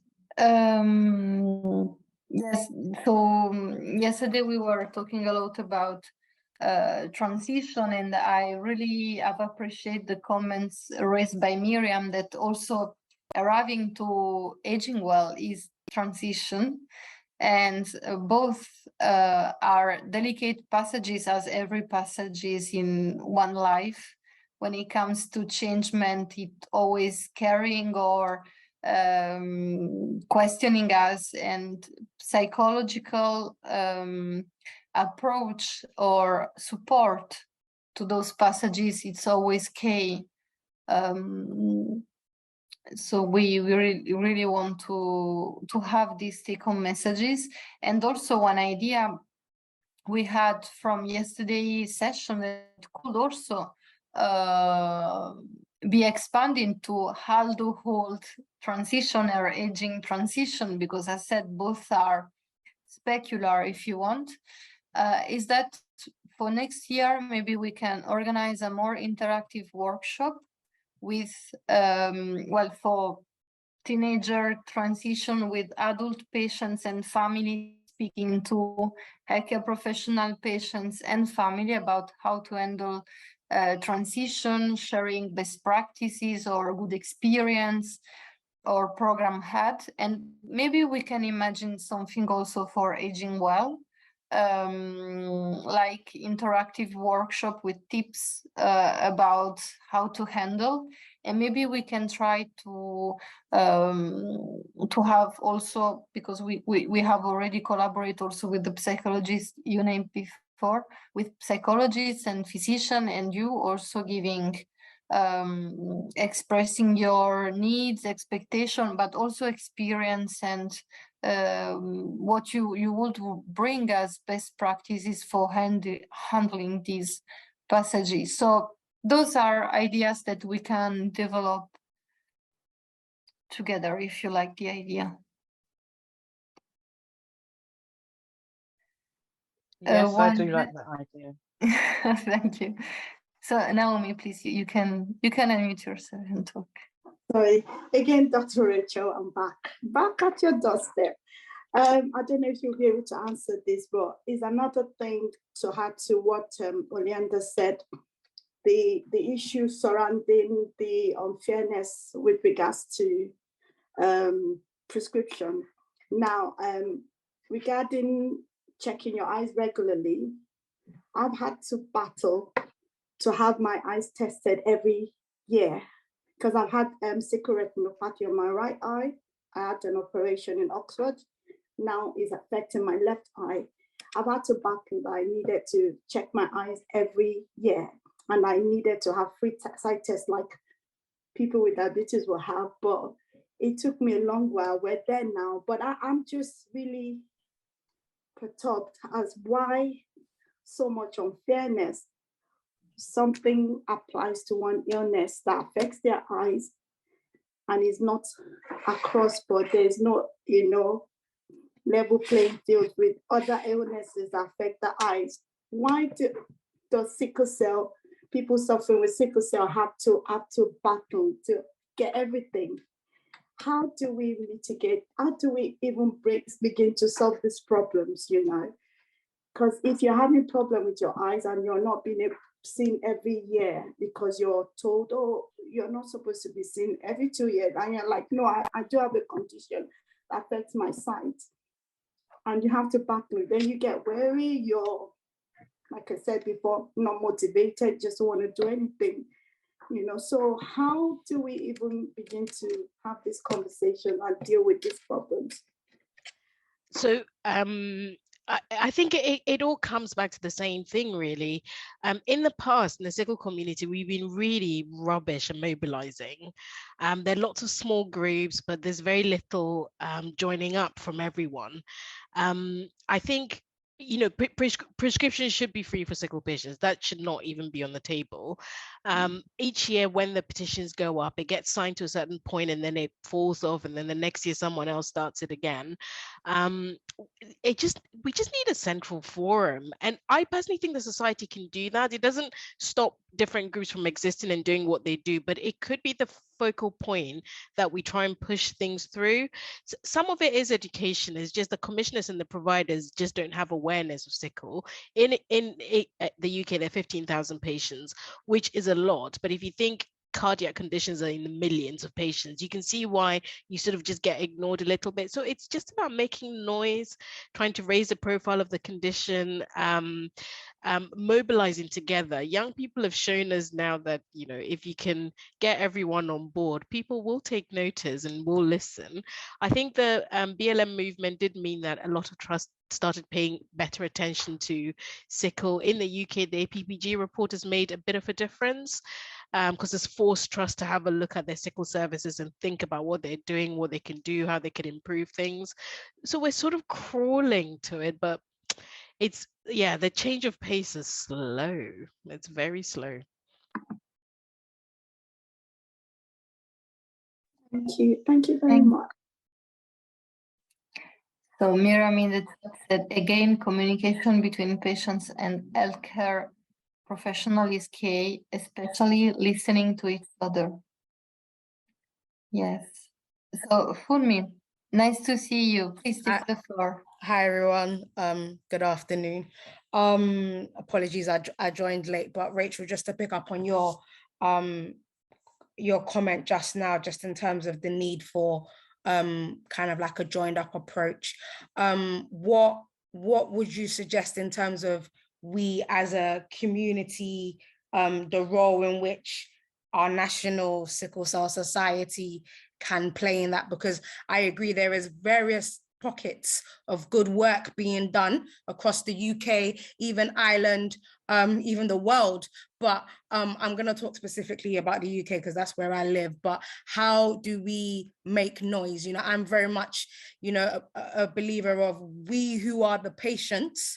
It's not our problem to fix, but I do think we have a role to play because we are the individuals who live with this condition. So, you know, I look at other conditions like, for example, cancer, cystic fibrosis, epilepsy, even diabetes, even menopause. There's been so much in the media about the menopause recently. And I'm like, we need the same sort of traction. We need the same sort of awareness, the same sort of media coverage. So what advice would you give, you know, because I see there's a number of different people on this call who represent different patient organizations.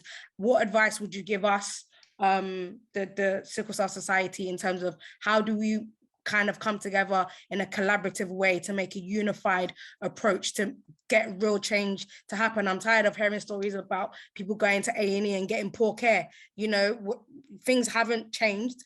I agree change is happening, but it is very slow. So how can we, you know, push the agenda forward? Yeah, so the American societies, who were even more fragmented than we were, ours are, they have formed an alliance, haven't they? So there's all the societies still exist as independent individual bodies, but there is an alliance group. So they have joined up membership. So there is a central core group which sets the agenda, and then each individual group has its own agenda, but also has the central agenda that they work towards. And I think that might be the way forward. And one of the things I will say about the Sickle Cell Society in the UK anyway is, 10, 15 years ago, I just kind of felt they were a bit hopeless. I didn't really engage with them that much. But since John James has been CEO, they really are doing good work, and they're trying to get things done. And if people want to engage with them, I think they will react. I truly think they will react. So if all the various groups send an ask into them to say that you want to focus on a particular topic, you want to work on something together, they will usually react.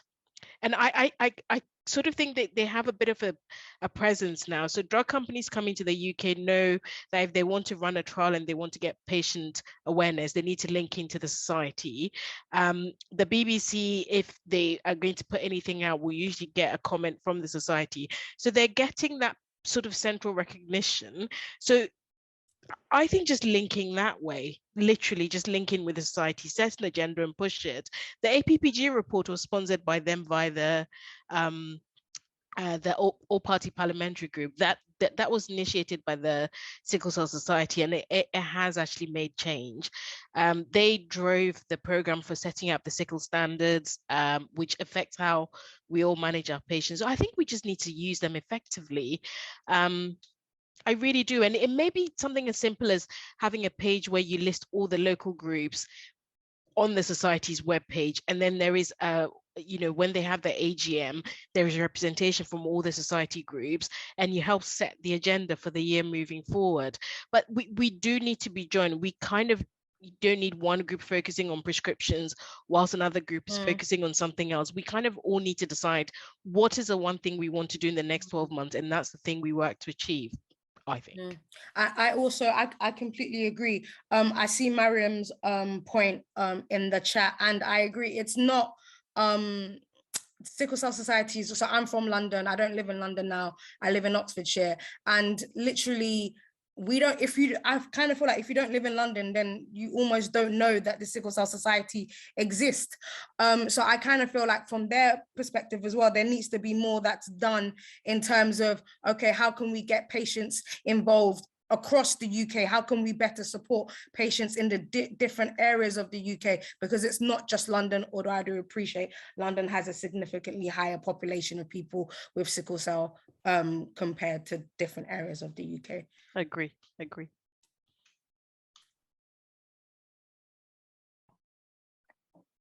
Thank you. Can I just ask Dr. Rachel, would you be willing to have a conversation with us at the conference if you're going? I don't know if you are actually. Of course, I'm on the faculty, man. Of course I'll be there. Good. So would you be able to give us a little bit of your time whilst we're all there, just to try and get through some of the, because obviously we don't know what all the sort of bureaucratic systems are, and just to give us a little bit of guidance really in which direction to start or to go. Yeah, no problem. I'll even see if I can get John to join us if he will be at the conference one of the 3 days. So yeah. I think that's so important because they are the national charity.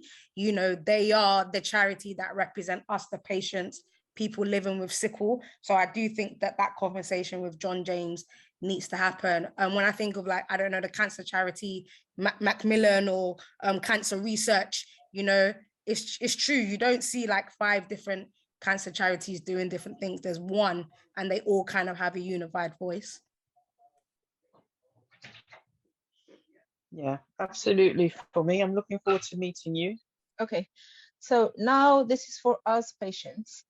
And I know that many people that are here in this session and usually in this conference are very active. But I am a part of the support group in Cambridge with Adam Brooks. And one of the problems that we have, let's say that the support group has, I don't know, maybe 40, 50 people. And every time that we are invited as patients to speak on a presentation or to interact with the healthcare professionals on an education day or something like that, it is extremely difficult to find patients who are willing to go and speak. So out of 40, usually it's the same 2, 3, 4. If those cannot, no one steps up to talk. So this is something that also needs to change, because if we want the change to happen, we need to put in the time, to put in the effort to speak. I know that most of the people are not very willing to share personal details. They're not willing to talk, but it's the only way to make the change happen, especially if we want to increase communication and education and knowledge, is to speak.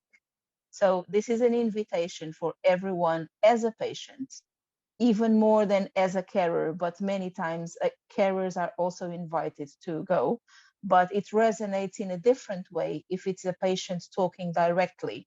And some people have already mentioned that a couple of times. So it is really important that we speak, that we give our testimony, that we say what's going well, what's going wrong, to present suggestions, because many healthcare patients, they don't have the global picture. They don't know what's going on. They come from different backgrounds. So we also need to step up. So it's just an invitation for action on our side. Thank you. Thank you. Thank you very much, Miriam. I can say I've also experienced the same sometimes when I try to organize a workshop or event, but I also must say, well, from a European or global point of view, that we became as EuroBloodNet in 2017 to create this patient forum or group, and today I'm really proud and happy of what we have created together, because now I see the group participating to other meetings, even if there's no me or EuroBloodNet behind. You have grown a lot as patients advocate thanks to your dedicacy and work. So I know it's always complicated, but I think the situation got better since when we start all together. So it's a way for expressing my gratitude to all of you. So there is Fumni question. Maybe we can close the session with this question as we are almost on the time to closing. So Funmi say, I also agree with Miriam's point. How do we get other people living with the condition involved? Yeah, and just to add, like, I agree that not everyone is going to be an advocate or can be an advocate or wants to do it. But I feel like we do need more people. We do need more voices. We do need to make more noise. Like, it's always the same group of patients every time, and that's fine. But I know that there's others out there who would also want to contribute.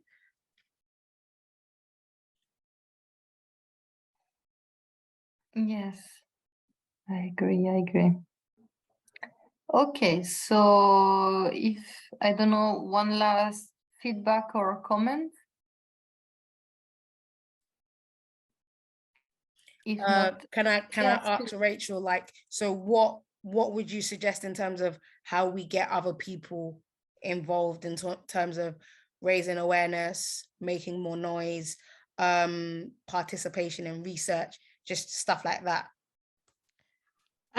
So one of my pet projects is trying to get male voices. I don't know, well, I'm sure you're all aware, if you look at everyone who's on the call today, everyone who's been speaking today, no Y chromosomes, none.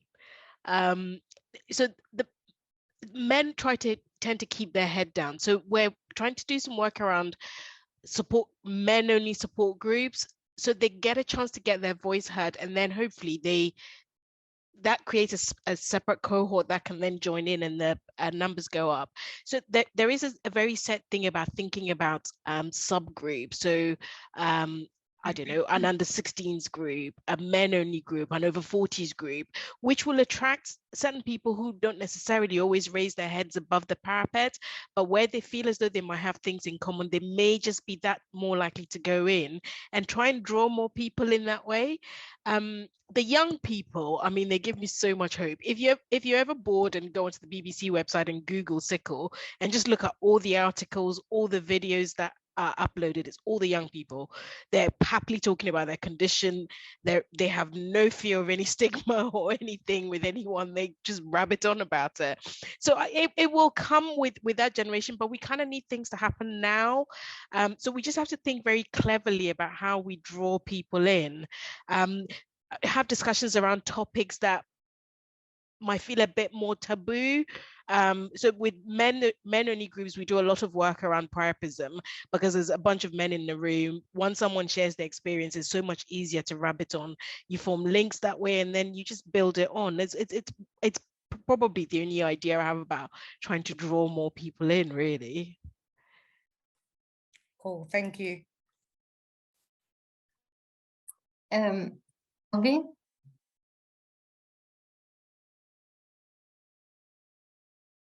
We cannot hear you. Sorry. Yes, now. Okay. What is disturbing me is that it's only the Black, or most of the cases, the Black community who raised his voice about sickle cell disease. I don't know if I'm alone. Obviously, it's only disturbing me because I live in a country like Germany where sickle cell disease does not affect the Black community majority. So we have Turkish population, we have Arabic population and everything, but it's only the Black community who goes, who raises voice, who comes out of the comfort zone and share their stories and participate in campaigns and everything. So this is something that is really disturbing me, because when we say that, for instance, sickle cell disease has no color, but it's always the Black community who is representing, it's really disturbing for me, because, for instance, in Germany, the Italian community, the Turkish community, they're always in the background. And this is something that I would like to, that's something that I want change in this, because when we tell people that sickle cell has no color and it is a disease, a condition which affects the whole population, like in Germany, that's why this was something we went to convince the decision makers to have the universal newborn screening in Germany that we have since 1 year now, but in awareness is always the Black community or a majority. So this is something that's really disturbing me, and I would like to see change in this, and I would like to know your opinion. What do you think about this? Is it just me, or I don't know? Thank you. I can't speak to that with great strength, because in the UK, it is most of our patients are Black and brown. So you would expect most of the patients who raise their heads above the parapet to be of that hue. So here it's not particularly startling. We sort of have the opposite here, where sometimes when I go to review patients on transfusions and I have the blue-eyed Cypriot patient who's having an exchange, and then one of the patients next door go, do they have sickle? Because they're quite surprised. So in the UK, it is largely Black. So I suspect Maria Angela will be able to speak more about the sort of behavior you raise as an issue. Well, what I can say is that, well, I don't have of course, it is an issue.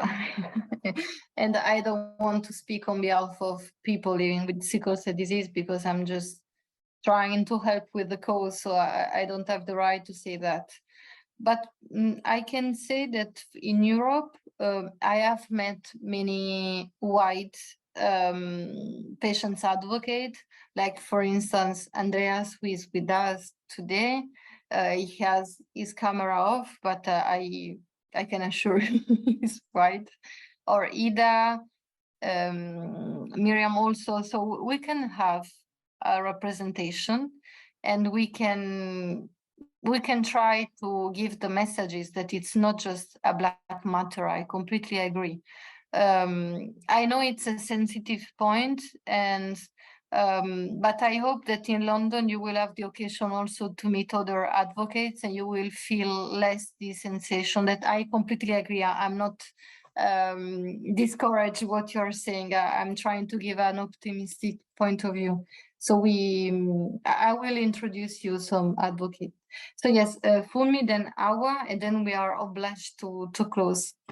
I completely agree with that point. So I was at ASCAT, I think it was 2019, and I actually met people who weren't Black, people who were white, who have sickle, just like I do, same treatment, same medication. And it blew my mind. Like, it actually blew my mind, like that you could be white and have sickle cell just like I do. And I think more needs to be done to get the word out there that it's not only a Black disease. Okay, it predominantly affects people of Afro-Caribbean descent, but not exclusively. So I think, as again, I call upon the Sickle Cell Society, but also healthcare professionals to educate us in terms of, yes, it is common within the Afro-Caribbean population, but actually, you know, you can be white and have sickle cell, you can be of mixed heritage and have sickle cell, so on and so forth. Because I think, you know, people will be more inclined to pay attention that this could affect me, this could affect my family. You know, if sickle cell, personally, I believe affected,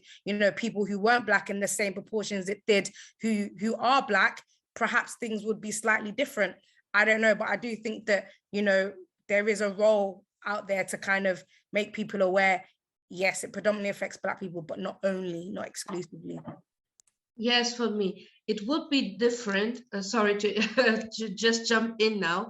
It would be different, especially in countries like Germany, where also racism is a big issue in our treatment, in our sickle cell disease treatment. And this is something that we need to talk about it if we want to improve the way they see sickle cell disease, the way they treat us and everything. So this is a topic, especially for countries like Germany or maybe Scandinavia, like Sweden and everything, it needs to be talked. That's why I was asking myself this, you know. I know it's not a big deal in UK or USA, but I live in Germany. I was born and raised in Germany, you know, and like you, I was surprised to see. Sorry, LV, but it is a big issue in England. It is, really is. Okay.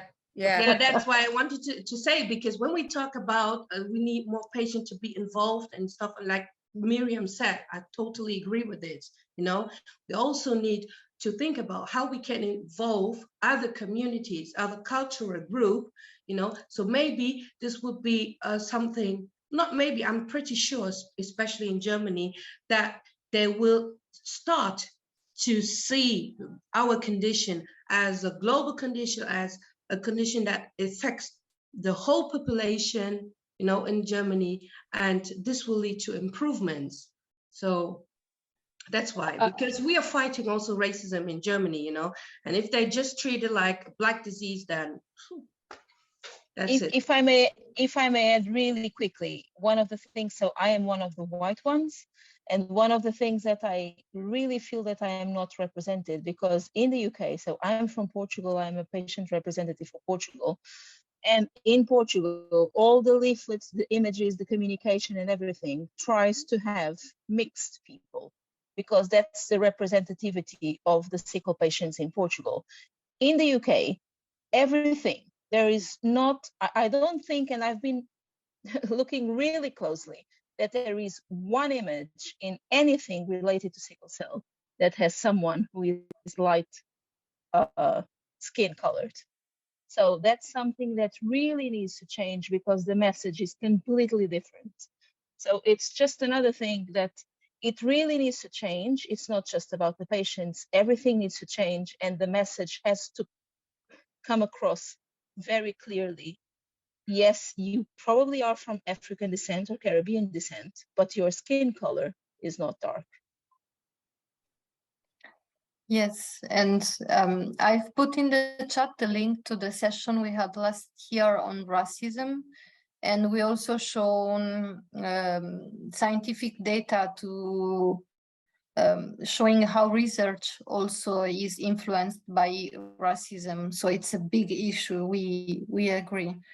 So as we have already run the time, I would just pass the floor for closing messages to Awan and Rachel, and then I will say goodbye to all of you. So please, Awan and Rachel. Well, I just want to say to LV that the things are progressing very slowly, okay, but they are progressing. The mentalities are changing. In France, they used about 50 years ago to call CSD an orphan disease. And CSD was nowhere in the disease for clinic research, for to go to hospital. Me, we were young adults. I sleep in pediatric beds until 20, and so. Yes, it's not, everything is not okay, but the things are changing. And they work also a lot about thalassaemic, and we are mixed with thalassaemic patients. And you see a lot of North African and European patients in thalassaemic now. Thank you. We have to keep hope. Thank you. So Rachel, please. No, just thank you for inviting me. I have enjoyed myself. It's been very excellent. Easily the most amusing thing though was when LB said, "Oh, I know racism is not a problem in the UK." I was just waiting for someone, and I was not surprised when Oleander came on. I was literally like, "I'll send you our APPG report, LB." It's a problem everywhere. Sadly, it is. It definitely is. The point Miriam makes about the color spectrum of sickle and trying to ensure everyone is represented so someone doesn't feel foreign in their condition is really quite valid, and one that to be fair, I hadn't taken on board before because I'm very focused on the other aspect. But I think that is a very, very valid point, Miriam. So lots of drug companies, when they do their packets, they will tend to have patients who are light-skinned or pictures of people who are light-skinned in their presentation packets, but not necessarily white. Patients, but you make a valid point, is that it should be the color spectrum because it reflects the reality of the condition, without subtracting from the fact that a good percentage of the patients are Black and brown, and a lot of the issues do come down to your skin hue, that the two must not be lost. But yeah, I completely agree. I've learned a lot. Thank you all very much. It was very good. So thank you to everyone for this great session and debate. We will go to sleep full of ideas and feedback, and it's really nice to hear from all of you. So next week we have other two sessions. One that is a webinar, only 1 hour, will be about bone marrow transplant effect. Mostly we will talk about infertility. And then on the 18th, there will be this session, 2 hours, and will be about embryonal selection, prenatal diagnosis, and pre-implantation. So I hope to see all of you, and have a great evening. Thank you very much. Thank you. Thank you. Bye-bye. Thank you. Bye, everyone. Bye. Bye.